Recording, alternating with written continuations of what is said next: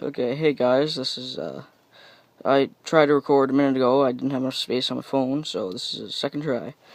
This is a video of my 350 Yamaha Bruin. It's a 2004. It's actually 2015 right now, so it is only got, here, let me see. See if that's going to be able to see that. It's only got 2,000 kilometers on it. Like, I've only put 2,000 kilometers on this thing. It originally did have, only 1,000 kilometers on it. I put another 1,000 on since I've had it.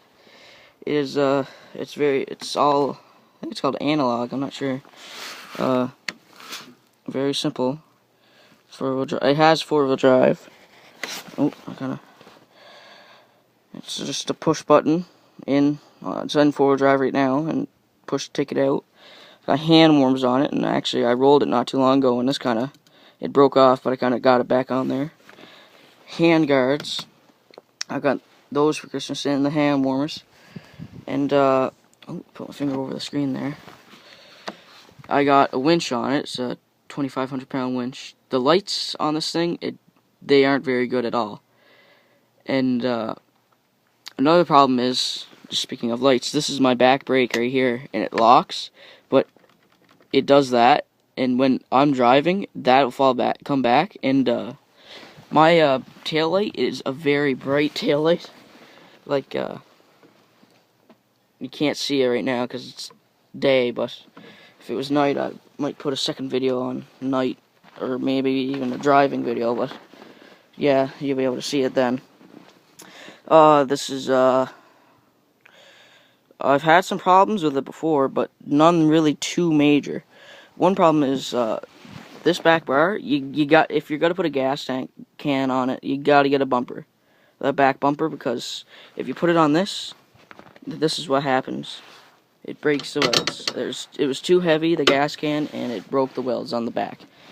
Really, I was astonished that it broke that. Like, I'm probably gonna get that fixed. My brother works back at a place. They got welders and everything back there. Probably see if he could bring it in and get it welded and stuff. It's got a straight axle in the back, and it's got disc brake on it in the back, and yeah, that's pretty much for the back, I guess, but voice crack.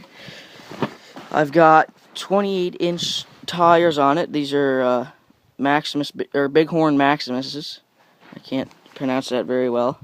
And it's got they're universal rims on them, I think. I'm not sure what the rims are called, but I just put these on this morning, and these are actually off my grandfather's bike. He has tracks on them right now, and I was just thinking maybe I could put these on for the winter. So they make the bike look very nice. They're like a $5,000 pair of tires. Well, not 5,000, but like, no, they're over $2,000, I think. I think it's about $1,000. I'm getting mixed up. I'm sorry. I'm not thinking very well today. It's about $100, I think, for the tread alone, and the rims are probably about $200 or $100. So it's about I don't know, $250 for one tire and rim. Skidoos are going by right now in my house. I got a walking trail that we use the skidoo trails in the winter. One problem I did have with it, right down here, this is where my air intake, goes from my air intake right down to my engine, and right here, the clamps, well, I'm not sure if it's clamps, but it came off of here, and it was a really hard time getting it back on there. My father didn't want to take off the fenders or anything, but that came off, and oil was coming out the front and going up into my air filter. And my air filter, it actually, the Bruin, 350 Bruin, it's a very, very unique, or not unique, but it's a very good design, because the air filter's right here, and the air intake goes right up over the gas tank right here, which is really good, because you can go through a lot of really deep water. And around here, it's just Miramichi, so there's not a lot of deep water, but there's some places that's just like bogs and stuff. The water, it's just really deep, but where you go, we don't really need snorkel kits on it, but it's practically got one in it. And it's liquid cooled. I think it's liquid cooled. Yeah, it's got a radiator in the front here. It's got a 2,500 pound winch on her. I'm not sure if I mentioned that. I need to get a new winch cable though. I actually plow with this, and right here, the line kept snapped because the previous owner tried to make a little thing that it would go like a kind of like a little wheel or something like that, but it didn't work out, and it kept snapping my winch line when I was plowing. So we fixed that though, and we don't have a disc for our disc grinder, so or a grinder. I'm not sure how to say that, pronounce it, but this we had to put electrical tape all over because we couldn't cut the excess off. And that's kind of crappy. And this line is really frayed. Like, I'm not sure if you can see that. I don't think my camera's gonna focus, but right there, it's really frayed bad. And dual disc brakes in the front. That's really nice. My front brakes I use mostly because my back brakes kind of suck. I don't know why, but I have that over my Yamaha sign. It's just a little bow. I'm not sure if I mentioned, but my headlights do suck.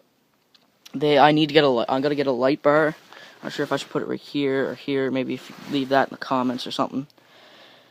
Where you think I should put it. I was thinking about putting it up here, but I want to keep this so you can see it. The grizzly sign, I kind of like that. And so I like putting my trail passes up here. So yeah, that's pretty much it, I think. Oh yes, I do have a plow for it. I forgot about that.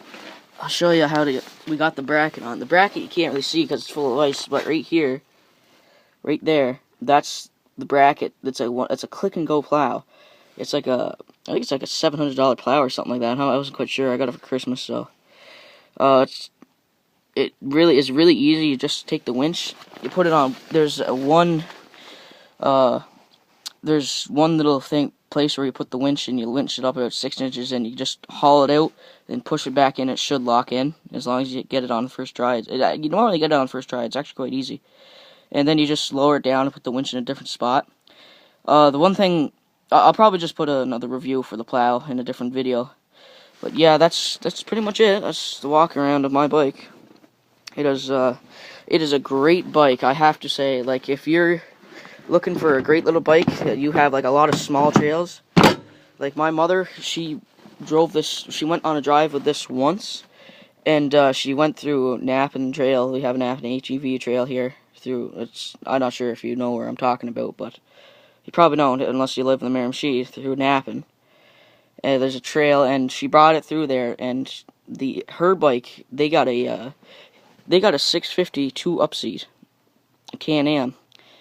It's an Outlander, and that thing is it's probably about 1 3/4 of this bike, like one of these bikes and 3/4 of another one. It's very long. And she took this out, and it's just a short little wheelbase too, so it's a great little bike. Like I'm 13 years old, and like this is a beautiful bike for me. I love it, and it's a 4x4. Like they say, like this is one thing I hate about this. Like this is the French side, but under 16, you shouldn't be operating this vehicle. I want to tell you, if you have the skill, like, and you have the knowledge, and you're 13 years old or like 12 or 14. Like, this bike is perfect for you. Like, it's not too big, it's not too small. It has power. Like, it doesn't have, like, overwhelming power. Like, it does, like if you're going down, the fastest I've got this up to is about, I think, it got it to 70, the fastest. That was going downhill, though. Like, it'll do, like, 55, like, 60, the maximum. Like, that's kilometers an hour, too. So, like, I'm in Canada, so, yeah.